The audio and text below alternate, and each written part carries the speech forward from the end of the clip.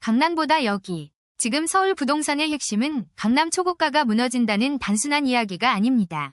더 중요한 숫자는 거래 회전율입니다. 7월 서울 집합건물 거래 회전율에서 은평은 0.72%, 중랑은 0.65%였는데 강남은 0.25%, 서초는 0.28%에 그쳤습니다.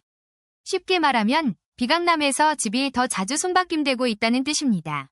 왜 이런 일이 벌어질까요? 최신 인사이트의 결론은 명확합니다. 서울 부동산의 초점이 반포, 압구정 같은 강남 초고가에서 마포, 성동, 광진, 강서, 양천, 영등포, 동작 같은 한강벨트와 비강남 중고가로 옮겨가고 있습니다.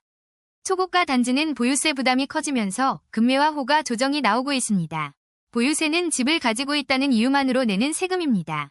집값이 높을수록 부담이 커지기 때문에 현금 여력이 충분하지 않은 보유자는 매도를 고민하게 됩니다.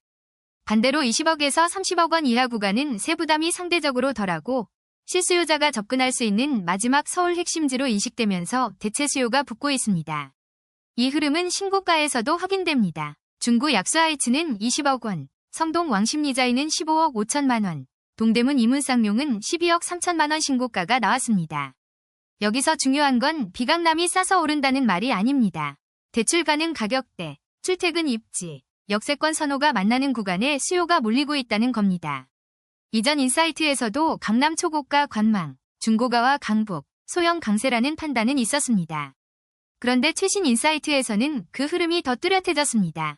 단순히 강북이 오른다는 수준이 아니라 강남 초고가의 보유 부담에서 빠져나온 자금과 실수요가 한강벨트와 비강남 중고가로 이동하는 구조가 선명해진 겁니다.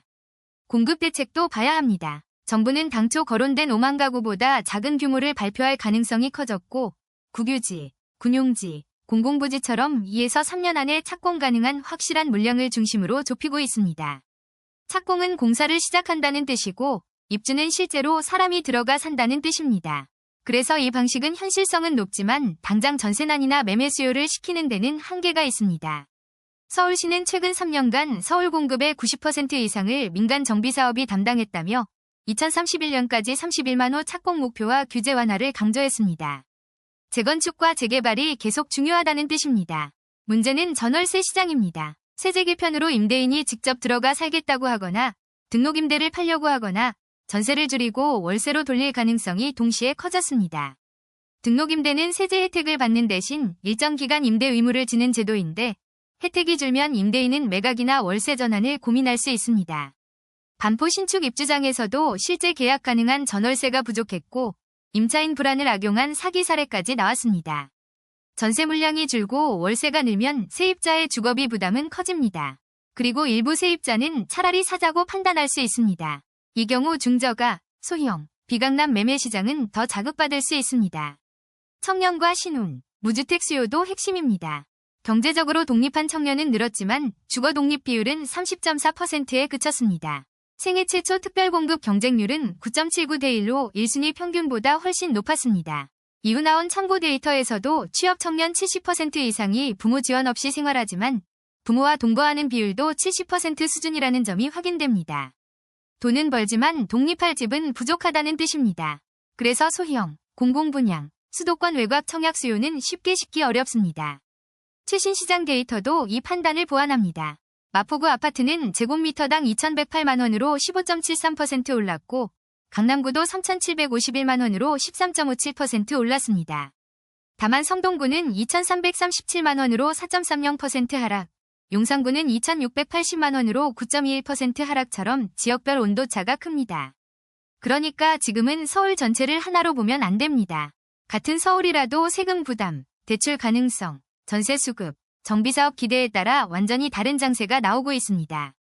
이 채널의 해석은 이렇습니다. 단기적으로 더 현실적인 위험은 강남 하락보다 비강남 과열입니다. 강남 초고가가 쉬어간다고 해서 서울 수요가 사라지는 게 아닙니다. 세금 부담을 피한 자금이 제한된 가격대와 제한된 지역으로 몰리면 15억에서 30억 원대 중고가 시장에서도 추격 매수 손실이 커질 수 있습니다. 그래서 지금 어떻게 대응해야 할까요? 강남 초고가 금매는 무조건 싸다고 보면 안 됩니다. 세금 부담, 현금 매수자 중심의 얇은 수요층, 추가호가 조정 가능성을 함께 봐야 합니다.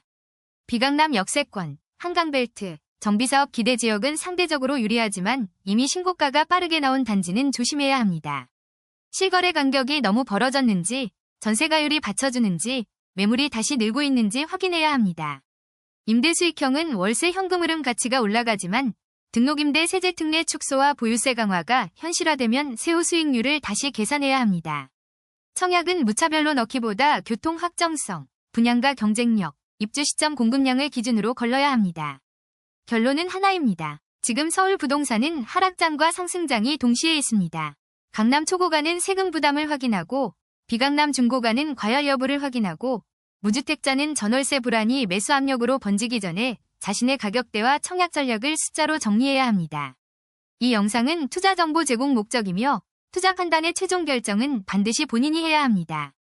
도움이 되셨다면 구독과 좋아요로 함께 시장을 보세요.